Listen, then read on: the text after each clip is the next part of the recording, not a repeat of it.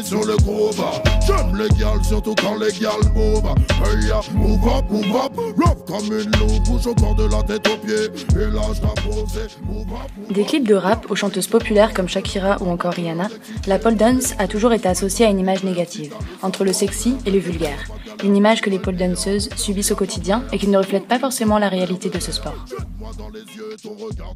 On se bat au quotidien pour faire comprendre que c'est un sport, c'est pas quelque chose, faut pas associer la pole dance avec le lap dance, ça n'a rien à voir, ce sont vraiment deux choses différentes. L'occasion d'en discuter avec des filles en soirée et il y en a pas mal qui directement pour elles c'est le côté sexy et que pour elles c'est pas un sport, c'est plus un atout de séduction alors qu'en fait non, c'est un sport. La première fois que j'ai évoqué que je faisais de la pole dance et que je suis arrivée au bureau, on m'a regardée d'une drôle de façon.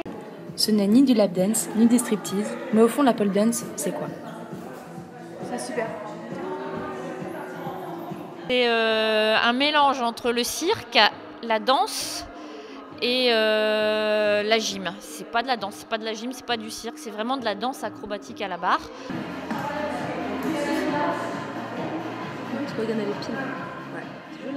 Malgré une image négative, certaines décident tout de même d'en faire. Mais qu'a-t-il de particulier pour attirer autant de femmes dans ses rangs? Moi, ce qui m'a poussée à faire de la pole dance, c'est la transformation de mon corps après avoir accouché il y a un an.